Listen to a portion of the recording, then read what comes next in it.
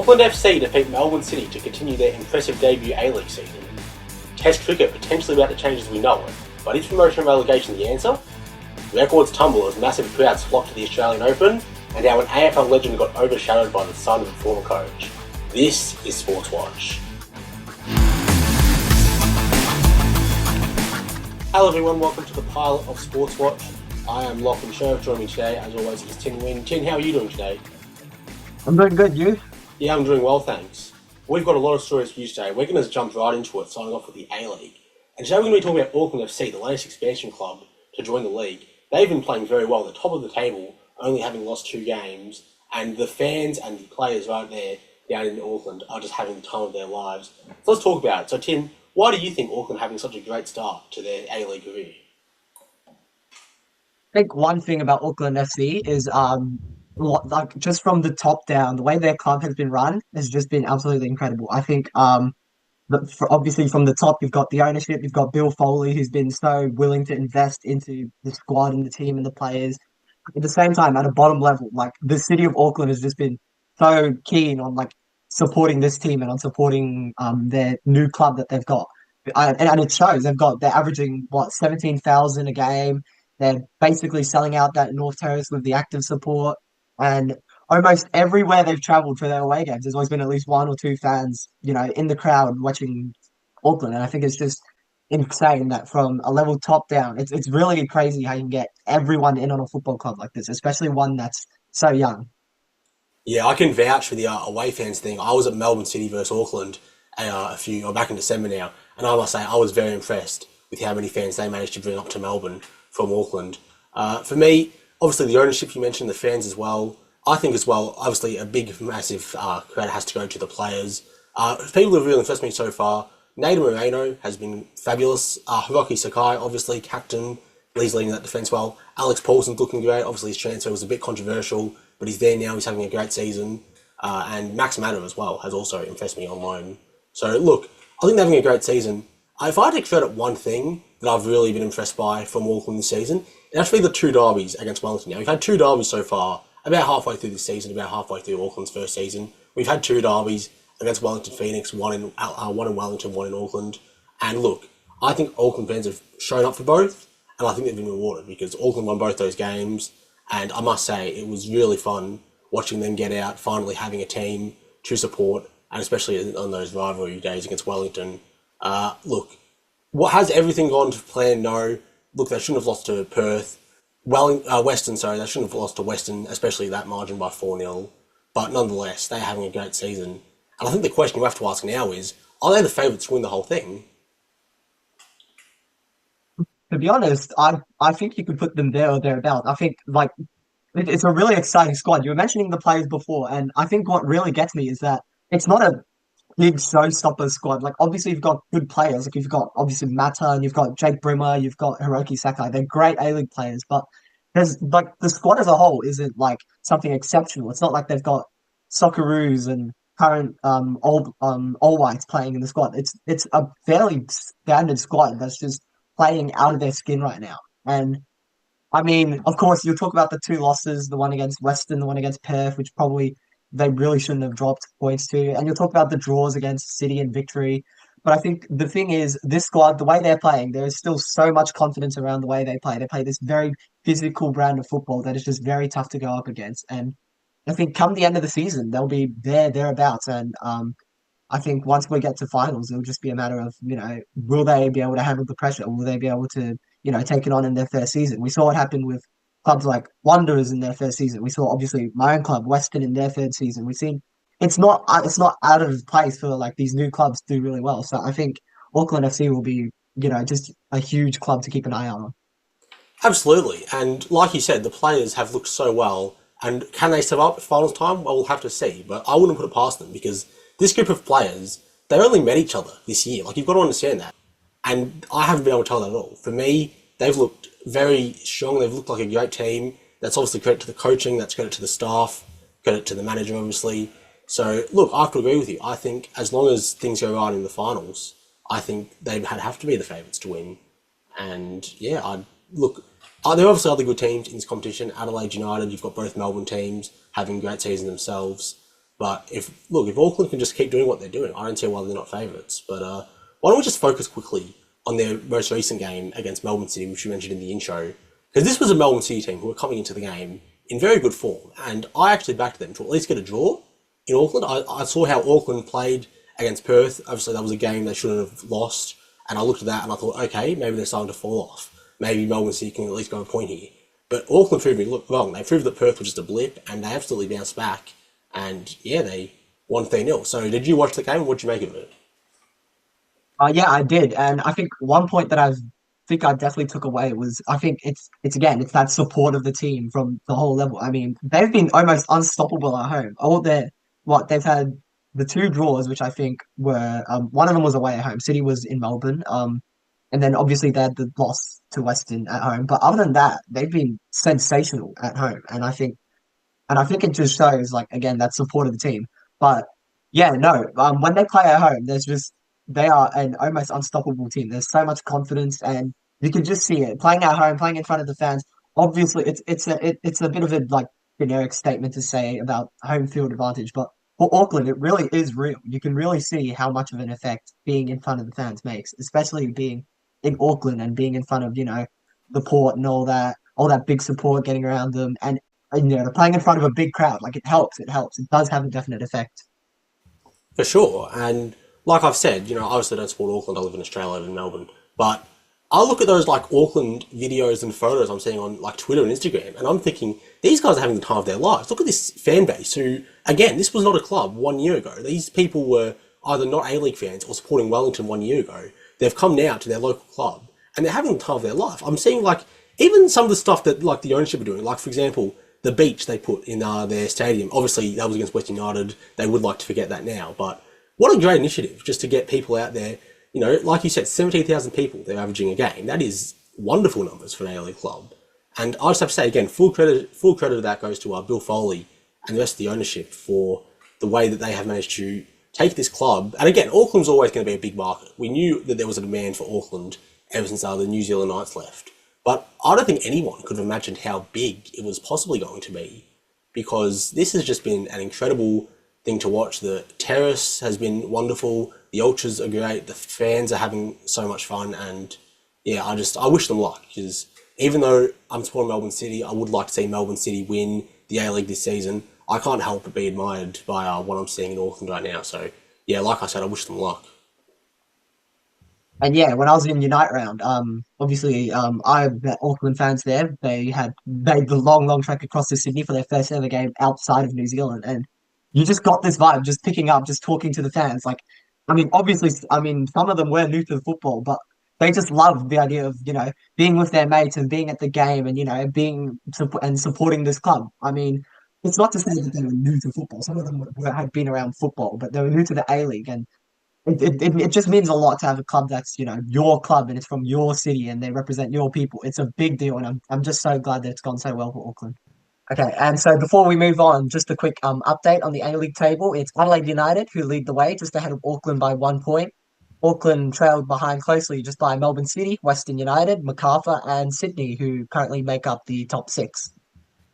Yeah, look, it's looking great, the A-League this season. Like I said, you've got Auckland, you've got the two Melbourne teams in Adelaide. I would have to say they're leading the way for me so far. But who knows, there are a few other teams in there who could maybe find their way, sneak up. And again, final series, anyone can win finals. You make top six, you're just as good of a chance to win finals as anyone else. So we're going to have to see, but I've had a lot of fun watching the A-League this season, and I hope all of you have as well. But we are going to move on to our next sport now. We've got cricket to talk about now. Obviously, we're going to focus on the Australian cricket team, who have just come off their series against India, which we won 3-1. We'll focus on a bit of that. We'll preview a bit of Sri Lanka as well. But we'll start off in India. Now, obviously, that first test against India, we looked shocking, and I was thinking, oh no, this is going to be bad. I believe they won by 295 runs, was it? It wasn't good. And then test two, we completely got them back, won by 10 wickets. So each team had a blowout. It was pretty good, pretty interesting to watch. And then I think, obviously, Brisbane was owned out. I think once we got to Melbourne, got that famous win in Melbourne, Sam Constance's debut, I think then we finally got the better of them, and we ended up smashing them in Sydney. It wasn't even close there. So obviously a rocky start, but we found our way back. So first of all, what did you make of that series against India? I mean, I think it was just like prime test cricket. It was just perfect test cricket. I mean, obviously, I think everyone sort of at the end of that first test sort of had a pretty like, "Oh, this isn't going to be good looking sort of vibes." I think no one was looking forward to the rest of the series, but I think the bounce back in that second test and arguably even the way we looked in the third test, we like even though it rained out, like you could see that there was a clear change in some sort of mentality after that first test where, to be honest, it was really not great. It was on. I mean, that first test, it really should have been much better for us. I mean, it was a bowling deck. We bowled them out for 150 in the first innings. It really should have been much, much better, but obviously it just collapsed near the end. But of course, the rest of the series just went swimmingly for us. Everything just sort of fell our way, and you could make the case maybe India were thereabouts as well. But I think but I think when you look at the results in how we played in Melbourne, obviously on Boxing Day, and how we handled the pitch in Sydney, which obviously was also a green deck like the first test. I mean, it just shows just how much like this team improved from the first test, and obviously how much we deserve to be, winning the series, winning the Border Gavaskar Trophy, and of course into the World Test Championship final now. Absolutely, and I think, like you said, you mentioned Melbourne. I know I'm probably biased. I am from Melbourne. We both are. But I have to say, the Melbourne Test series just felt like something had clicked. Like, obviously, they won the first test quite convincingly. We won the second test quite convincingly. Brisbane got rained out. So people came to Melbourne, no clue what to expect. And I think you can look at that Melbourne Test, and I think every single player did something they could be proud of, whether it was Constance and how brave he was in his first ever test innings. Steve Smith's 140 in the first test. Even if you look at that second innings we had, like, that second innings, everyone was worried we were going to get bounced. How about Nathan Lyon and Scott Boland putting together 56 runs to be combined to get us to 56 more runs? It was brilliant to watch, our bottom two batsmen. And then obviously the bowling. Bummer was obviously great for India with the ball, but I have to say, I think we got the better of them. Cummins impressed me, obviously, as captain. I think he really showed me good leadership, and I was impressed by him. Another player, Stark, obviously, these people have been bowling for us for a while now. They know what to do, and I think in the end they managed to get it back for us and win us that Melbourne Test. Yeah, and again, I think back to the Boland and Lion partnership. I still remember this vividly. I was at Ironbark. I was at a Western game during that second innings, and all I could think was, oh geez, like because I was planning on attending the fifth day, and I did end up attending the fifth day. All I could think was, geez, this is not going to be pretty tomorrow, is it? I just don't know why I'm going to even bother. But at halftime, we put up the scorecard. They'd been out there for what, 30 minutes, 40 minutes, like pulling it out. And it's just, I think it just shows the fight that this Australian team has now. There's been so many questions about it, whether, oh, maybe we're not fielding enough of the right players, maybe there should be more young players. But I think this team now, of course, it's a team that's been together for a long time. It's a team that knows how to play Test cricket. It's a team that knows how to handle these situations. So, regardless of whether you think, maybe we're not putting out the right players, it's a team that knows what they're doing. It's a professional team, and it's a team that is, World Test champions. They're World Cup champions. It's a team that knows how to get the job done, and I think they really did prove that against India. Mm. Well, we won't focus too long on Sydney. Obviously, we got the job done there. But again, I thought we were great in Sydney. Scott Boland, 4 wickets. I mean, build him a statue, right? He was incredible. Bo Webster made his test debut. He made 57 in the first innings. That was great to see. So, and we'll focus on Sri Lanka now. So how do you think from Sydney, and there will be a few changes going to Sri Lanka, obviously, but how do you think that final, that Sydney test against India, how can we translate that into Sri Lanka now and hopefully beat Sri Lanka in Sri Lanka, which is not going to be easy?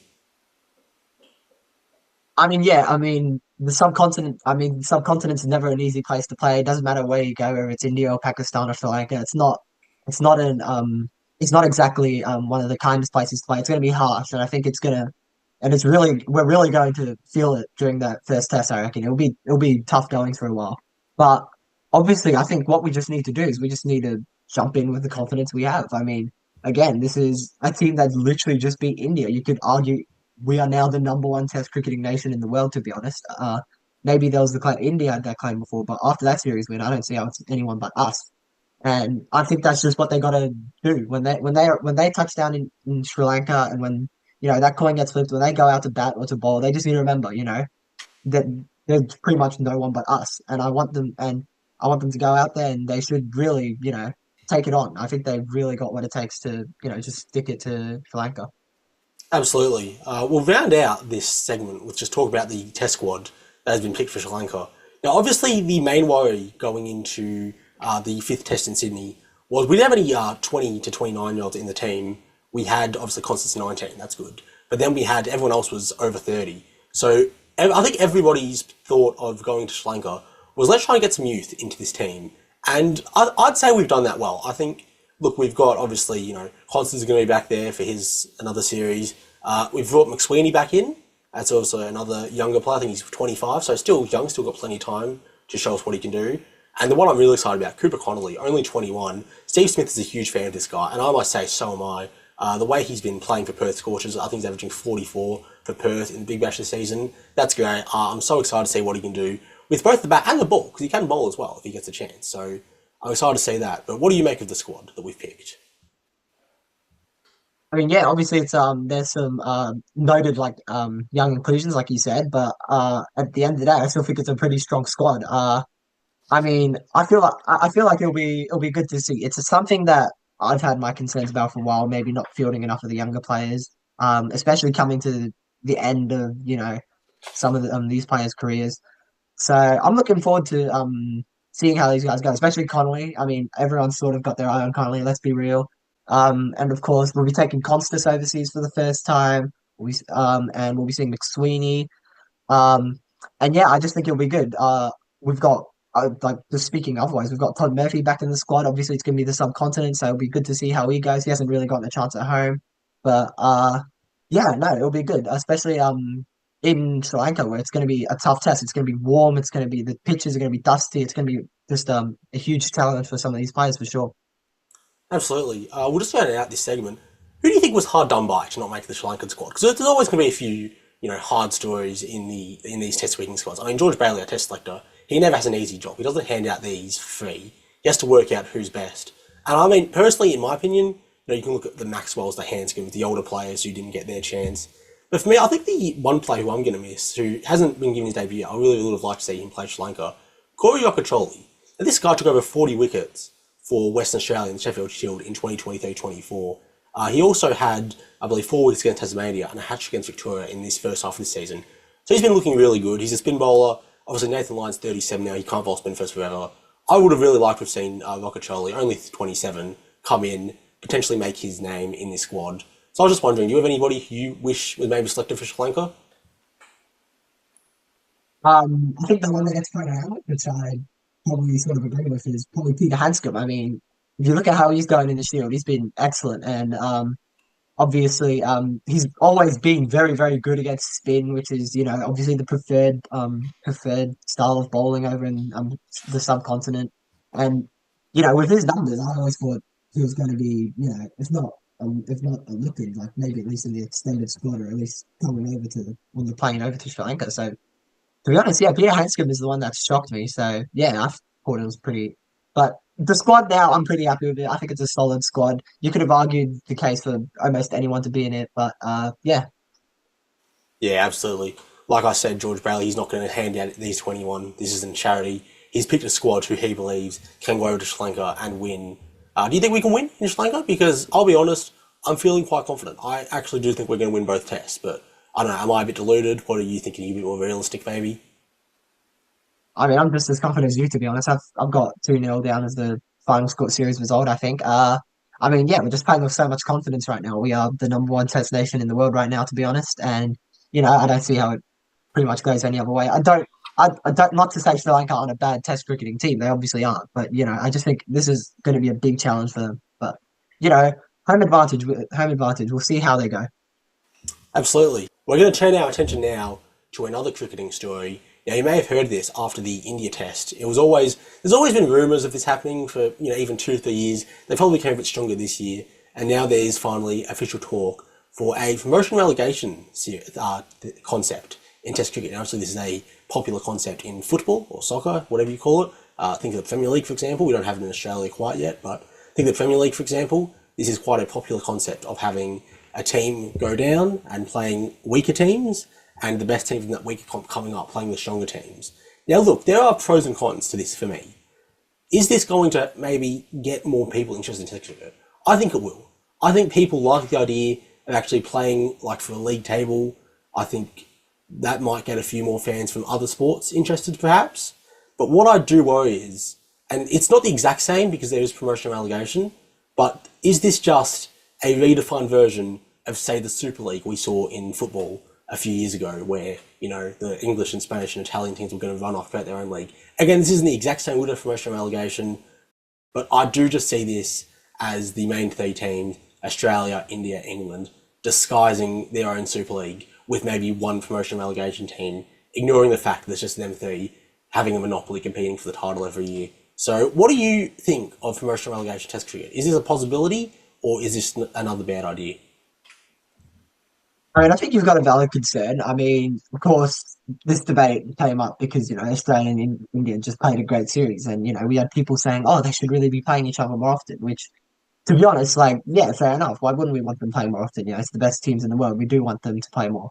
But, but again, like, yeah, like you mentioned it, one of my concerns is, you know, this hypothetical, if there is this hypothetical promotion relegation, what are we going to do with this second league? I mean, if there's this bottom dwelling list of, like, you know, test teams, you know, what's going to happen to, you know, the bottom teams in that second division? Are they just going to be left there to rot and to just sort of suffer, get kicked around? And again, depending on how this system's set up, again, we don't have any ideas. It's all just talk. But, you know, if there's a team seesawing between the top and the bottom, you know, is that really much better than, you know, the standard future tours system? You know, the way where they just book in and just sort of go. I mean, hypothetically, like, if that's Ireland, like, is it going to do Ireland any better if they're playing England every couple of years, and then they're back down to playing the West Indies and back to playing, you know, like these weaker nations? And I just, it's just it's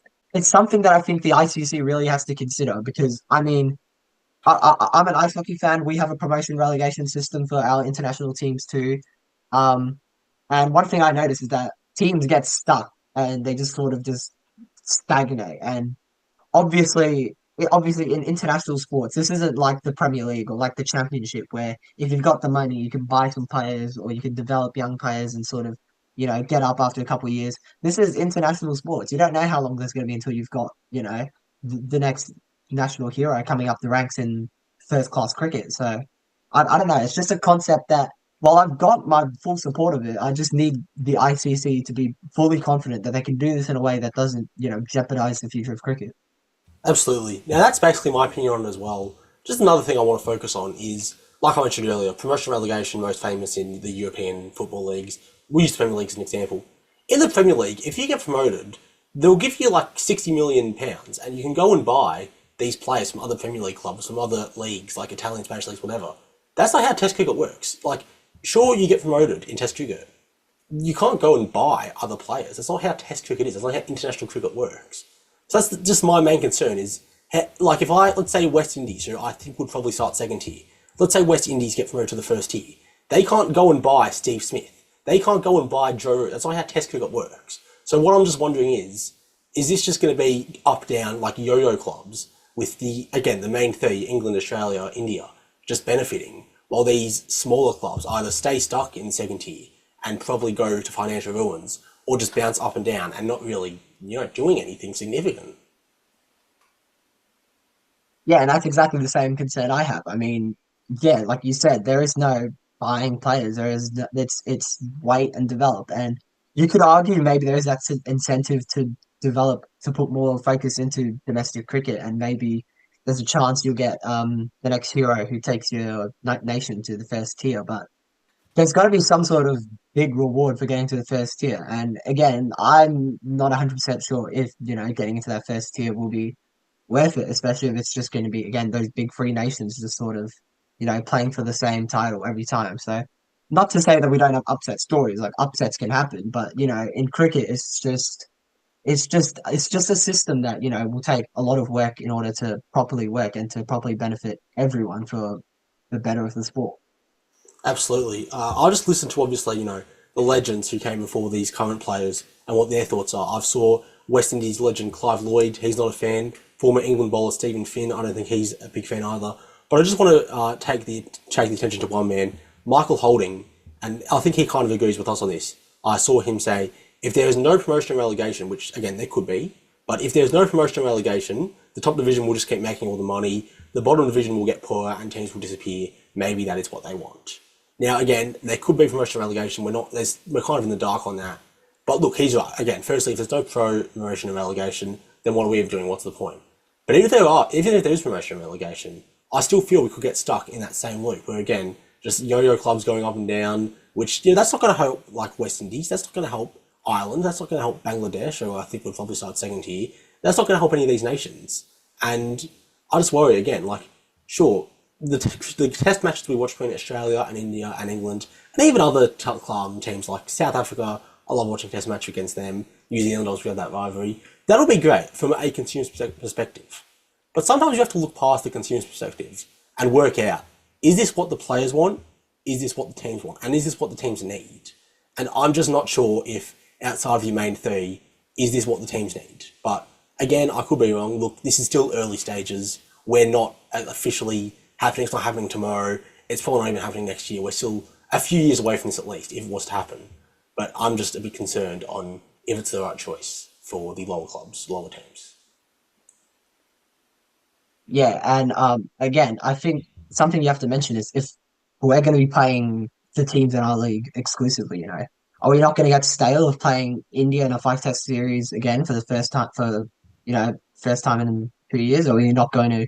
Not that the Ashes ever get stale, but if we're going to be playing them that frequently, is maybe are we going to lose the value of these historic rivalries? And obviously, obviously, you mentioned we've got a bit of a rivalry with South Africa now. They really don't like playing us since the incident in 2017, and we've always had that small rivalry with New Zealand. So are we sort of diluting the history of the game if we're playing exclusively the big rivals? Because again, what makes those series special is how infrequently they happen. I mean, think back the last time we played India. Well, it was 2021 or 2022, and obviously we had the really big grand series, the one that came down to that tested the Gabba. Think back to 2018 when we had probably a weaker squad coming off of the sandpaper incident, and India were basically just pushing us around.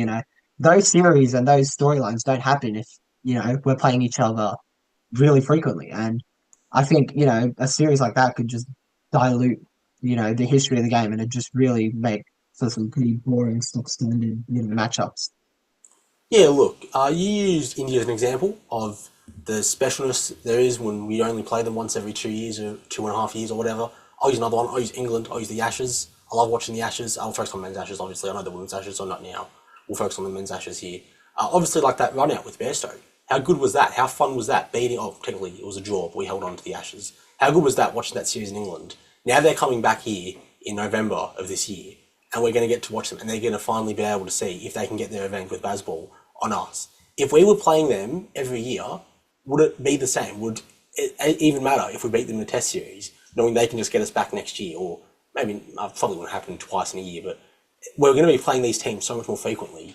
You just have to wonder, like, is there a point to these rivalries anymore? Because, again, if you give the people too much of the same thing, they're going to get bored. I'll never get bored of the Ashes with its current system, with 2 years, 2.5 years. But if it was happening every year, maybe I would. Maybe I'd tune out. But that's just me. So I'm not sure if that's a concern you have as well, but that's just something I'm a bit worried about. Yeah, I do agree. I mean, of course, what makes the Ashes so special is it's this history around it, and we don't meet often. Again, it's only once every 2.5 years. Obviously, four years between series at home. Uh, like there's a big gap between these things, and again, these big rivalries, like I said, would be diluted if we're playing each other so often. I mean, it's what makes it special. It's the fact that this is our first time seeing each other in a while, and it's our chance to get back at them. And if we're playing each other, knowing what we're seeing each other again in 6 months, 7 months, maybe a year, then it just sort of loses that. You know, it loses the special touch that it has, especially the with the history it's got, and the feel of wanting to get back. It doesn't really exist if you're going to get back to each other in only a few months in Test cricket, because a few months in Test cricket is not a long time at all. Alright, moving on now to our next topic. We're going to be talking about the tennis. Obviously, the Australian Open has once again come to Melbourne, and I must say it has been probably the best it's been in a while. I think the crowd numbers, we'll focus on those first. They speak for themselves. Now, if we look at the stats, there have been that's 4 games, 4 days of tennis that have had over 90,000 people. there was a 95,000 people, there was 90k, 95,000 again, and then 97,000 over 4 games, which is 4 days, which is incredible numbers, incredible turnout. You compare that to 2024, they only had 30 with over 90,000 people, and that peaked at 93,000. 2023 only had 1 day with over 90,000 people with 94. So by far the best numbers the Australian Open has seen in a while, which is really good not only for the fans but also just for the sport of tennis, especially in Australia in general. So what do you make of that? What do you make of the crowds we've seen at the Australian Open so far? Yeah, I think it shows just how much tennis has grown as a sport in recent years. I mean, obviously, tennis for the longest time probably didn't have that big of a public image as being like a sport that you'd go to and you'd attend with your mates. But it's as but it's becoming a thing that an event that people are starting to attend, less of like a upper class event, upper class sport. It's becoming very much, the people's a people's sport where people go with their mates and they go out for a day out. And I think that really shows. I mean, I was there last week, and at the end of the day, they'd announced it was the record crowd, and by the end of the week, the record crowd had been broken 3 times. So I think it just shows just how much the sport has grown in recent years. Yeah, no, it's very impressive. I was there myself. I was actually there on one of the days it was raining. So obviously not as high a turnout, but still, even on a rainy day, to get, I think it was 85,000 people there on day 4 when I went. That is a wonderful turnout. And it's just so good to see people taking interest in tennis, not only just for the point of that it's a fun sport to watch. Obviously, I love watching tennis. It's a great sport to watch. But also for the fact that we can be maybe seeing some kids taking interest and then seeing them on Rod Laver in 10, 15 years' time. So it's really good for tennis in general, just because you only get 2 weeks in tennis to really get fans connected to your sport, because then it'll move on to another country. So I'd say we've done a perfect job of that. Whether, people don't watch until the next Australian Open, or they don't watch until the next Grand Slam, or they do take a full-time interest in tennis, it doesn't matter as long as they are eventually tuning in to the Australian Open and just helping this game grow in this country. It's great to see. Well, we will just focus on the results quickly. I believe you've got a result you want to talk about first. Yes, so obviously, as always in events and sports like this, there's always these big upsets and storylines that sort of come through the tournament. My favorite has been watching Leonardo, who is a young Vietnamese American kid, first ever Grand Slam, watching him go through this his first ever tournament. And obviously in the first round he just had a regular game. I think he was playing just a pretty ordinary Argentinian player. Not I don't remember it. But obviously the most famous game was the one that happened just last week, the game against Medvedev that went till about 3 in the morning. And I think if, like, just looking online, it felt like half the country was up to about 2:30, 2:40 watching this game. And it really does show what is the best parts of tennis and the best parts of sports. Um, and just it's just a huge achievement for someone of his age to play with so much confidence and to make it to the second round, and to be this youngest to make it to the second round since surprise Roger Federer. So I think it just shows lots of sports. I think tennis is one of those sports that showcases it the best. Yeah, absolutely. I mean, look, he's a young kid. He's 19. He's had an incredible tournament. Unfortunately, he did go out on Monday to Sonego, the Italian, but nonetheless, an incredible tournament. You mentioned the Medvedev game. I was so impressed by his mentality in that game, because you're 19, you're playing a very experienced player Medvedev. It's 2 a.m. in the morning. It's very easy after, winning those first 2 sets and losing the next two, after you probably should have won the third, and then getting blown out 6-1 in that fourth set. Very easy to drop your head and just think, nah, I can't do it anymore. He didn't do that. He found a way to win that fifth set. And that really did impress me. I think he's sky's the limit for him. I think he's going to be an incredible, incredible player. I'm looking forward to see what he does next over this year and the rest of his career. The story I want to shine some light on is the greatest lucky loser the Australian Open has ever seen, Eva Liss from Germany. Now, she was in the qualifier against Australia's Destiny Iava, and she lost. Now, this should have meant that her tournament was over. She wouldn't compete in the Open this year. However, with a bit of luck, a few people pulled out. She managed to play again, and she absolutely took her chance. She beat Kimberly Burrell in the first round, the Australian, and then Glasheva in the second round, the French woman, and then an incredible victory against Lachlan in the third round, battling down 1 set down to win the second and third set 6-3, 6-3.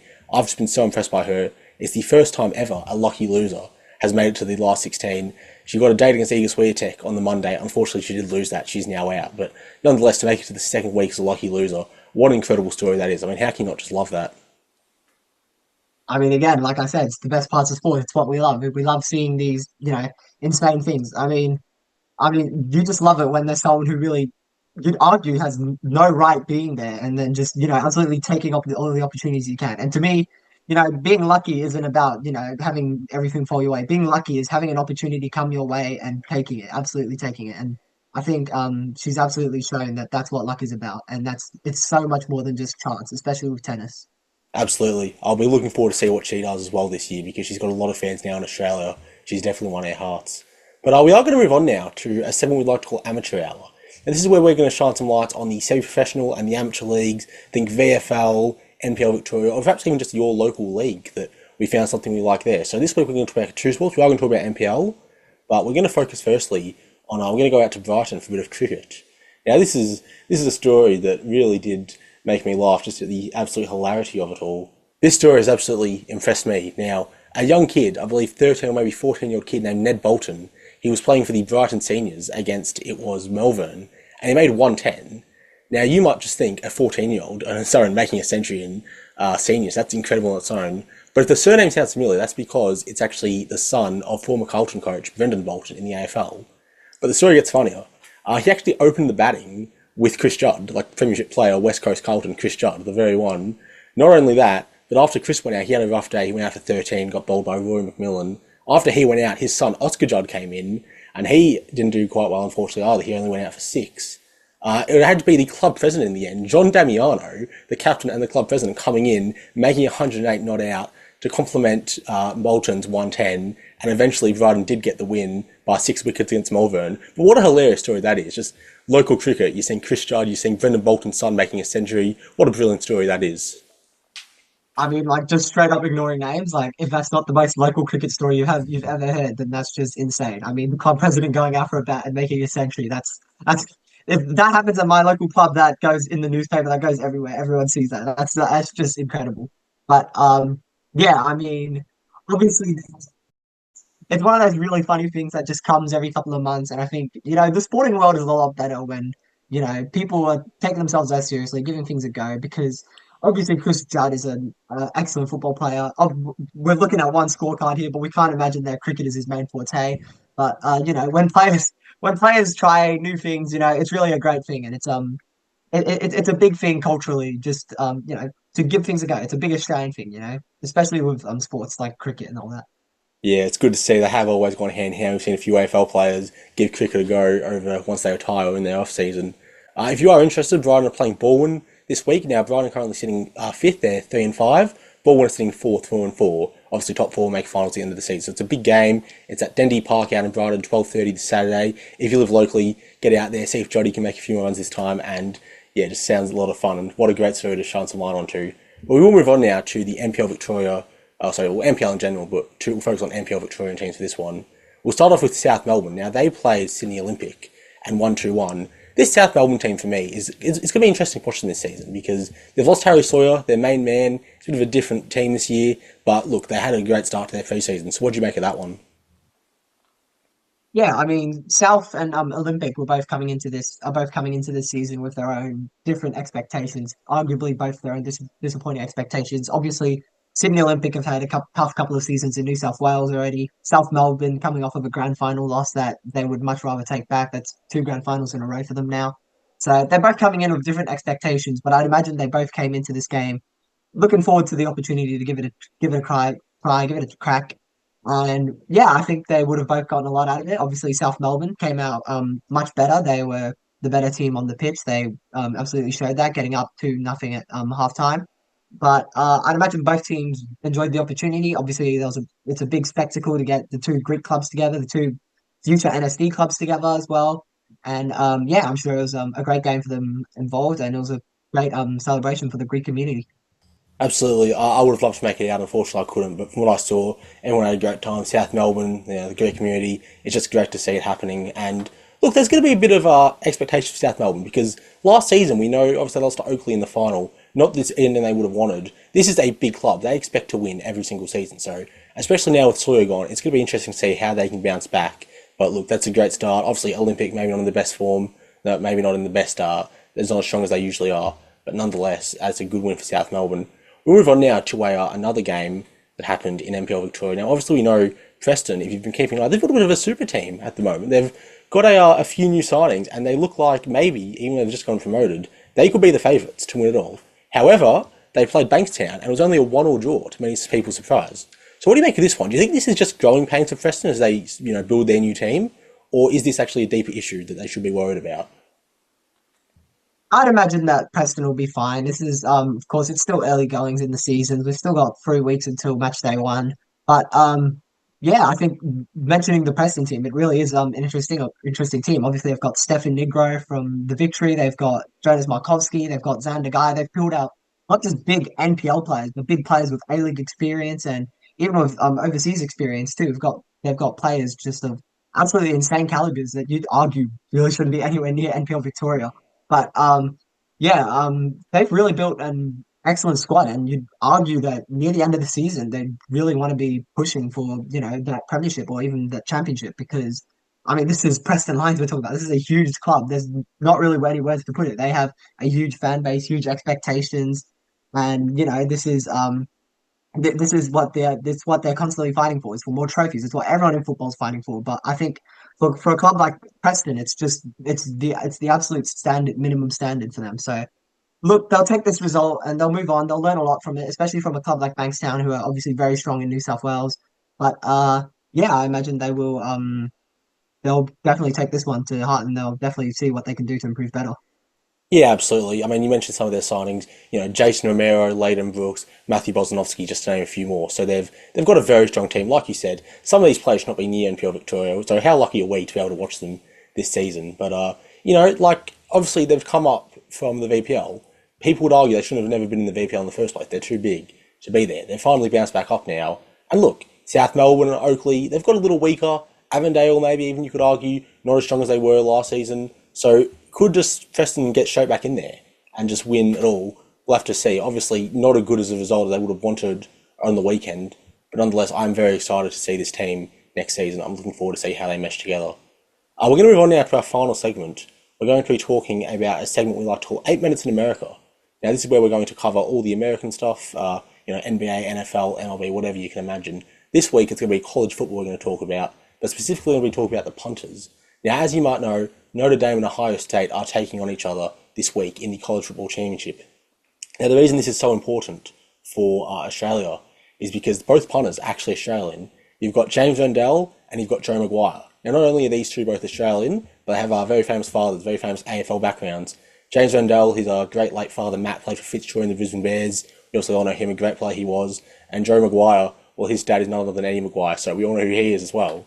So look, what do you make of this? Because this is actually huge for Australian punting. We'll talk about throw kick in a second, but just on the face of it, how do you paint this out as how big it is for Australia?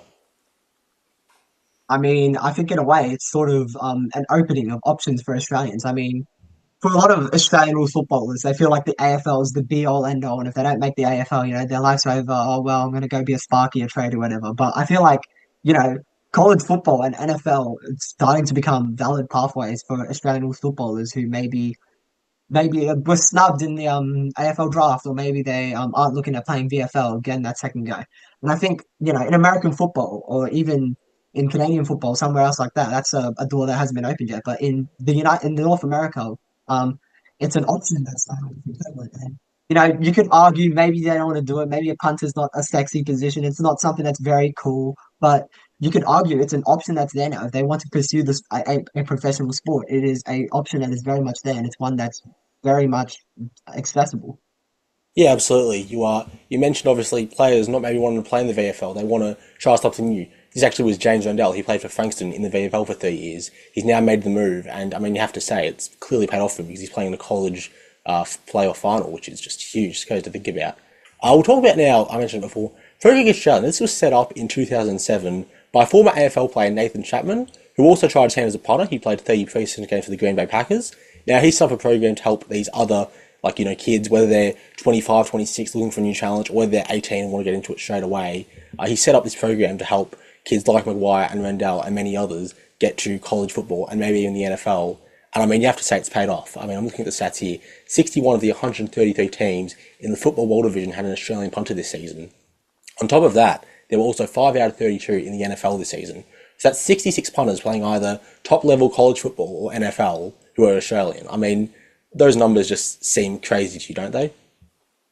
I mean, it speaks for themselves. I mean, let's not act like it's not difficult. Let's not act like it's not a crazy achievement in itself. I mean, the NFL is obviously like just an incredibly difficult league to get into, anyways. But in a in a position that you'd argue is as as marginal as the punter, especially in college football and in the NFL, it's one that it's the fact that we're even putting Australians there is just incredible. I mean, the fact that 10, 20 years ago you told someone that we'd be having AFL players being shipped across playing American football of all sports. You'd almost wouldn't believe it. You'd almost think, oh, that's whatever, it sounds like an experiment. But it's one that's working out very well, and I think it's one that's worth keeping an eye on, because this could really be one of Australia's greatest exports. It could be punters, and it could really be a huge thing for Australia.